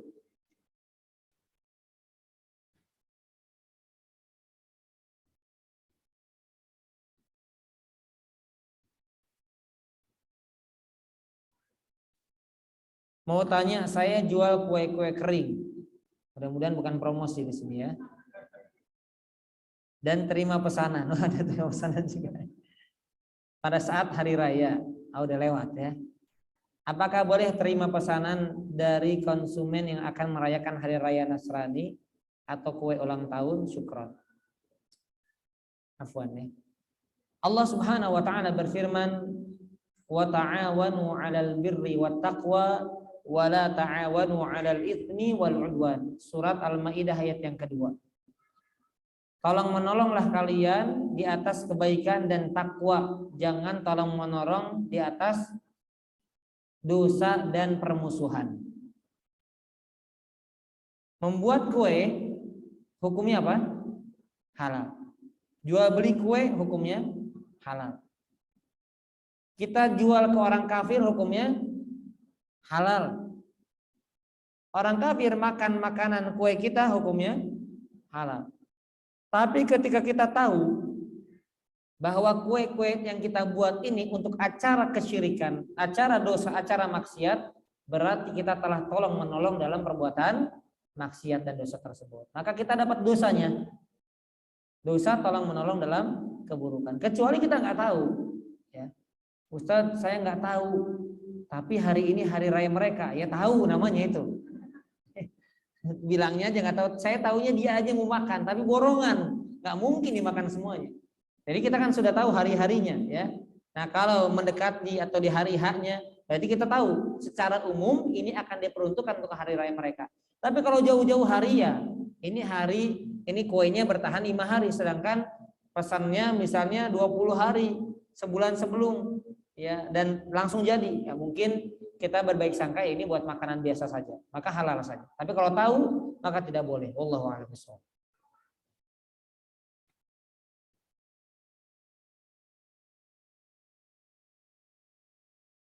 Ustadz Afwan tanya, bagaimana seorang wanita sangat ingin bisa umrah atau haji tapi suaminya tidak mampu atau tidak mau? Saya nggak tahu ya.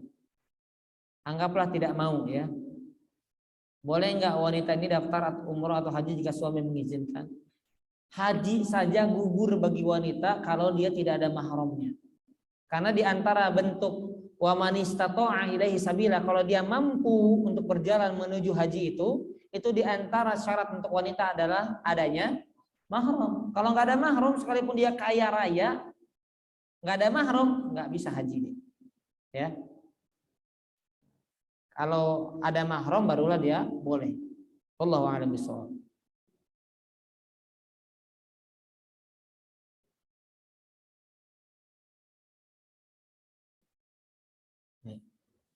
Saya seorang mahasiswi dan sedang bekerja juga. Nah, bagus pertanyaan ya. Ibu saya mengizinkan dan menyuruh saya bekerja. Namun ayah saya tidak mengizinkan saya bekerja. Pendapat mana yang harus saya turuti? Saya bingung karena harus mendahulukan ibu. Tapi pendapat ibu saya tidak sesuai syariat. Nah ini tahu ya. Sudah dijawab sendiri. Jazakillahu khairan. Di bawahnya sudah dijawab sendiri ya. Baik, jadi ketika ada dua pendapat manusia, baik ibu, bapak atau siapapun, kembalikan kepada Allah dan Rasulnya. Allah mengatakan di dalam surat An-Nisa ayat 56 kalau tidak salah ya. 65 atau 56, 56 kalau nggak salah. Ya. Kalau halamannya saya ingat halaman sebelah kanan paling bawah itu ya. Tapi ayatnya lupa, malah aib ya. Baik, kata Allah, fa in tanaza'tum fi syai'in farudduhu ila Allah war Rasul. Kalau kalian berselisih dalam satu perkara, kembalikan kepada Allah dan Rasulnya. Nah, di sini ibu memang dalam perkara perintah dikedepankan daripada bapak. Ummuka sampai 3 kali. Ibumu.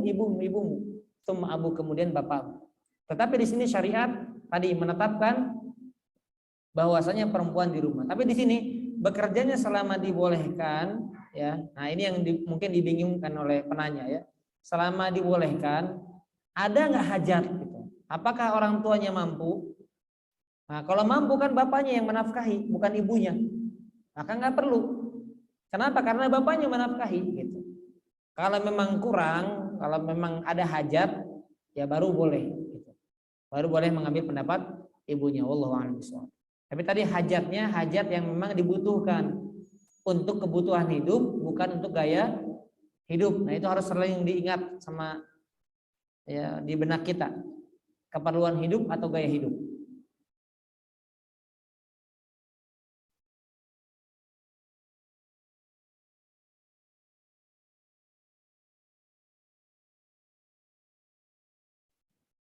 Ustadz, kalau di rumah ada alat-alat musik peninggalan suami saya harus diapakan?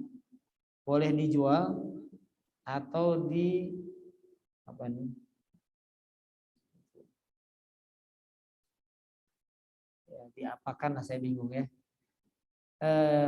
Tidak boleh ya menjual alat musik. Hasil yang dihasilkan dari hasil menjual alat musik hukumnya haram. Ya, karena alatnya sudah haram. Maka yang dilakukan apa? Ini saya takut viral karena wayang juga ini. Ya. Ya intinya alat musik hukumnya haram. Maka kalau sudah tahu hukumnya, ya punya kita. Ini bukan punya orang ya. Punya kita. Kalau datang ke tempat alat musik ya itu bikin ribut kita. Punya kita dirusak. Punya kita dirusak saja ya. Dimusnahkan saja. Allahu a'lam bishawab.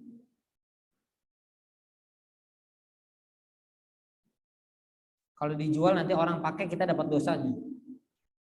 Ini saya apa ya? Oh, dikasihkan ya, dikasihkan baru ketemu. Di rumah ada jilbab-jilbab pendek yang tidak sesuai syariat. Itu boleh dikasihkan atau bagaimana, takut dosa? Dipakai di rumah boleh. Ya, dipakai di rumah boleh.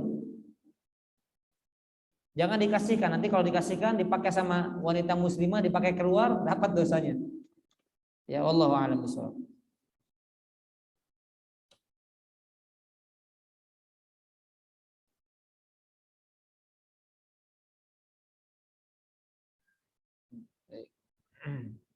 Ada pertanyaan? Bismillah Ustadz, saya sudah menikah cukup lama, namun qadarullah belum diamanahkan memiliki keturunan. Sehari-hari saya ibu rumah tangga dan suami bekerja. Saya ingin bekerja namun hanya dibolehkan di lingkungan yang syar'i. namun sangat sulit ditemui yang sesuai dengan kemampuan saya. Bagaimana agar bisa meniatkan diri sepenuhnya untuk mempelajari ilmu agama agar aktivitas sehari-hari saya bermanfaat dan produktif. Saya mengerjakan pekerjaan rumah. Mohon doanya Ustaz agar saya segera diberikan amanah keturunan. Allahumma amin ya rabbal alamin. Baik, perhatikan firman Allah Subhanahu wa taala. Ya, ini ada tips dari Al-Qur'an. Semoga bermanfaat ya. Surat Al-Anbiya ayat 89 sampai 90. Ayat 89 sampai 90. Ya, Allah mengatakan wa Zakaria idna da rabbahu rabbi la tadarni farda wa anta khairul warithin. Ingatlah ketika Zakaria, Nabi Zakaria berdoa kepada Allah, ya Allah ya Tuhanku, janganlah Engkau biarkan aku hidup seorang diri tanpa ada keturunan, dan Engkau ahli waris yang terbaik. Ya, maka ketika banyak doa, ya, Allah mengatakan apa? Fastajabna lahu, kami kabulkan doanya. Wa wahabna lahu Yahya, dan kami anugerahi dia Yahya. Ya. Dan kami jadikan istrinya dapat mengandung. Nah, lihat di penghujung ayat Allah berikan solusinya. Kenapa akhirnya bisa mengandung? Kata Allah, innahum kanu yusari'una fil khairat. Selain doa, mereka adalah orang-orang yang segera melakukan kebajikan. Jadi ibu, coba kalau ada syariat, ibu di antara bentuk ikhtiarnya adalah kerjakan di awal waktu. Ya, sholat 5 waktu di awal waktu, zikir tepat di awal waktu. Intinya bersegera dalam kebaikan. Wa yad'unana raghaba wa rahaba, dan ketika berdoa ibu penuh harap dan cemas. Penuh harap dan cemas. Wa kanu lana khashi'in, dan yang terakhir penuh dengan kekhusyuan. Yaitu di antara kiatnya dalam Al-Qur'an. Ya, tapi tentunya ibu bersabar ya, karena tidaklah sebuah ujian menimpa seorang mukmin sampai ya, anak keturunan yang masih ditunda itu, kecuali insya Allah ini menjadi ladang pahala bagi ibu dari kesabaran yang ibu lakukan. Nah, kalau saran saya ibu tadi ya bisa ibu ikut-ikut kajian, nggak perlu ibu minta kerja dengan alasan tadi saya bingung mau apa, kan banyak ibadah-ibadah bu ya, banyak ibadah-ibadah dan kegiatan-kegiatan di dalam rumah. Apalagi ya tadi suaminya sudah mencukupi. Wallahu a'lam bishawab.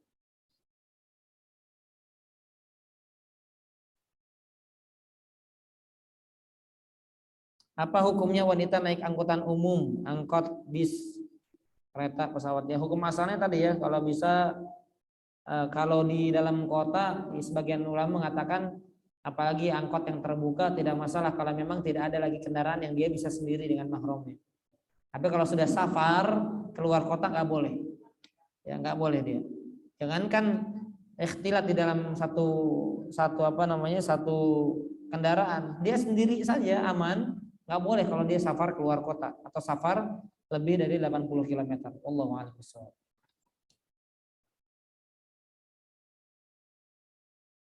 Ana mau bertanya, apa hukumnya seorang laki-laki menikahi kakak beradik kandung? Nggak boleh. Ya.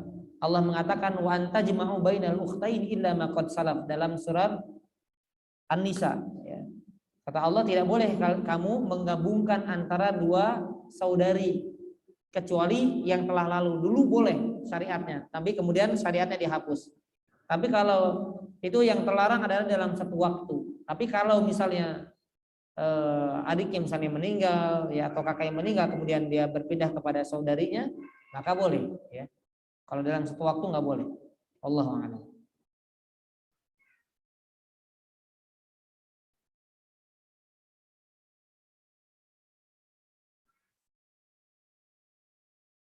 Ya, saya bacakan secara singkat saja. Apa hukum lagu-lagu untuk anak-anak, untuk kebutuhan anak-anak tersebut? Jika tidak, sebaiknya apakah saya harus resign dari tempat tersebut? Mohon jawabannya. Ya, kalau kita bekerja di tempat yang di dalamnya ada maksiat seperti di setel musik dan seterusnya, maka saya sampaikan usahakan amar ma'ruf nahi mungkar dulu tegakkan. Amar ma'ruf nahi mungkar dulu. Nah, kalau kita yang diperintahkan untuk menyetelnya dan mau tidak mau harus kita yang menyetelnya, baru saat itu kita resign. Tapi kalau orang yang menyetelnya kita mengingkarinya, kita bahkan sampaikan Kalau ini tidak baik, kita terpaksa dalam mengerjakannya, ya insya Allah mudah-mudahan harta yang didapatkannya masih tetap halal. Ya, tapi ya, sulit ya nanti menggabungkan, mengingkari hati yang kita memang hari-harinya di situ, di dalam kemaksiatan tersebut. Wallahu a'lam bishawab.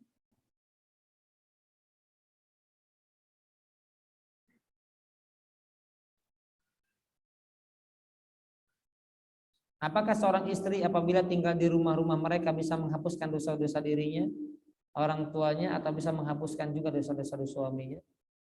Ya, dosa dihapuskan diantara yang pertamanya adalah taubat dan istighfar. Dan istighfar boleh diperuntukkan untuk orang lain. Allahumma gfirli, Allahumma gfirli zauji, misalnya untuk suamiku, Allahumma gfirli fulan, dan seterusnya. Ya, bisa memohonkan ampun untuk orang lain. Ya, maka dengan sebab itu bisa dosa-dosanya berguguran. Wallahu a'lam.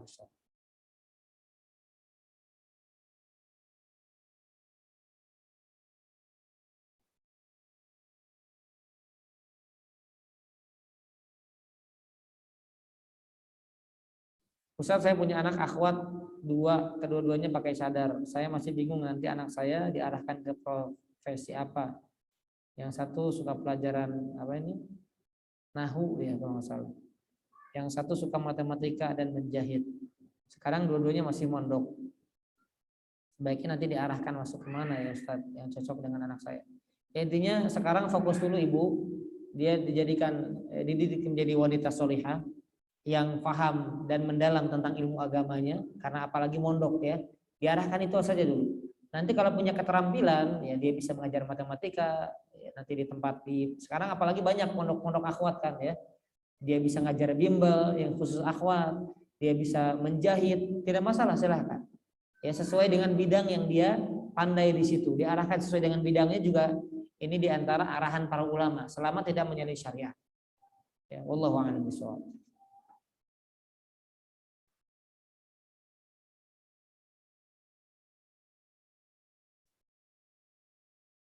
Saya mengaji anak-anak laki-laki dan perempuan ya, di sini anak-anak yang belum balik ya. Kalau menurut saya ya, kalau masih belum mumayyiz ibu ya, belum mumayyiz itu belum bisa membedakan antara benar dan salah ya, di bawah 7 tahun masih boleh campur, tapi tetap diajarkan sejak dini pisah tempatnya gitu, jangan nyampur langsung satu tempat duduk begitu. Tapi kalau sudah mulai mumayyiz itu sudah dipisahkan, karena itu sudah bisa, dia sudah bisa punya rasa suka ya. Lihat anak-anak SD sekarang sudah bisa bikin status-status cinta ya, anak SD sekarang itu ya Allah, mengkhawatirkan ya. Jadi baiknya dipisahkan. Allahu a'lam bishawab. Waktunya misalnya anak laki-laki hari apa, anak perempuan hari apa begitu.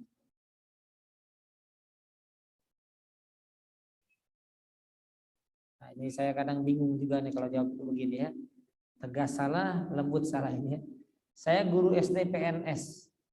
Pakaian tidak sesuai syar'i karena mengikuti peraturan seragam PNS dari pemerintah.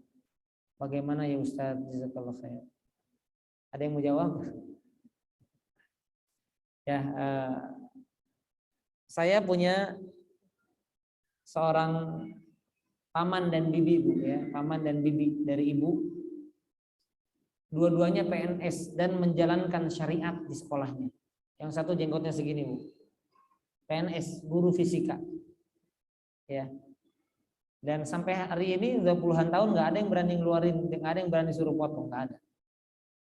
Padahal peraturannya mungkin, peraturan sebenarnya nggak ada ya, itu hak asasi masing-masing. Nah bagi bibi saya itu pakainya jilbab besar, ya kalaupun tidak besar seperti yang dilihat di kalangan pengajian ibu-ibu, yang penting di bawah dada, itu tidak menyalahi syariat sudah. Ibu misalnya pakai segini, nggak masalah, nggak dosa. Ya, jangan digulung, dililit-lilit, kecekek ya, salah syariat, kecekek juga. Kemudian jangan pakai celana, pakai rok, dan pesan saja, kan ada seragamnya kalau nggak salah coklat begitu ya, krem itu ya. Nah, pesan saja yang lebar gitu, dan minta izin, nggak masalah. Kalau menyalahi syariat ya mau tidak mau, apalagi solusinya. Nah, coba jadi usahakan dulu jilbabnya itu atau pakaiannya sesuai dengan syariat. Allahu a'lam bishawab. Masya Allah. Pertanyaannya bolak-balik. Untung 3 lagi ya. Insya Allah masih cukup ya.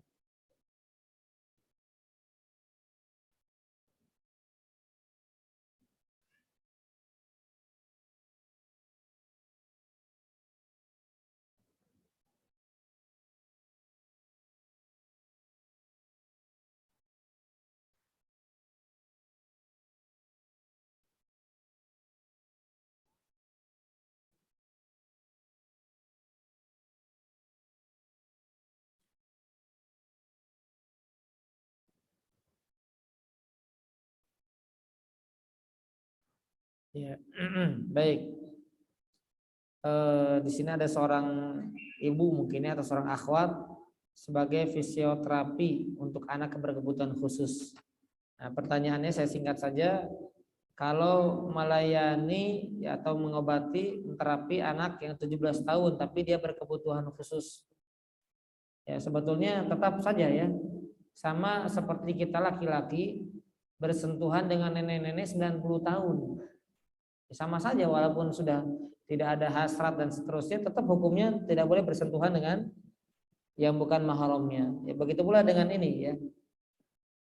Sekalipun dia sekalipun dia berkebutuhan khusus, tidak ada misalnya ya, tidak ada akalnya, tidak sehat, ya tetap kalau bisa ada mahramnya yang menemaninya. Kemudian ada pertanyaan, saya harus laporan ke manajemen dan seterusnya. Batasan ikhtilat itu ya bercampur baur yang tidak ada mahram di sana. Ya bisa, tapi kalau ada beberapa orang, Bu, misalnya ada orang-orang tertentu ya, manajemen dan seterusnya, Ibu sekedar laporan masuk, kemudian sebatasnya saja, ya mudah-mudahan termasuk yang diperbolehkan. Ya sama Ibu seperti masuk toko kan, satu waktu dengan orang di sana ya mau tidak mau masuk pasar kan ikhtilat juga itu ya. Tapi di ruangan yang terbuka yang memang tidak berduaan, tidak bercampur baur, yang saling ngobrol dan bercanda dan seterusnya. Ya wallahu a'lam bishawab.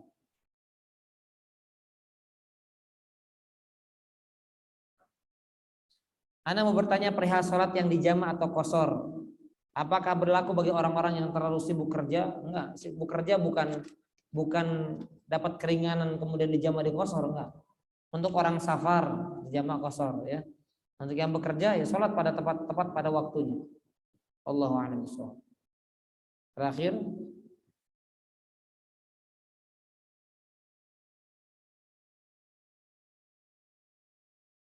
bagaimana kalau seorang wanita muslimah ini berstatus sebagai single parent ya, dan tulang punggung keluarga karena harus menafkahi anak-anak dan orang tuanya dan bekerja di luar rumah dan mengharuskan banyak dan mengharuskan berinteraksi dengan lawan jenis. Berinteraksi kalau nggak ikhtilat, kalau terjaga batasannya nggak masalah, ya nggak masalah.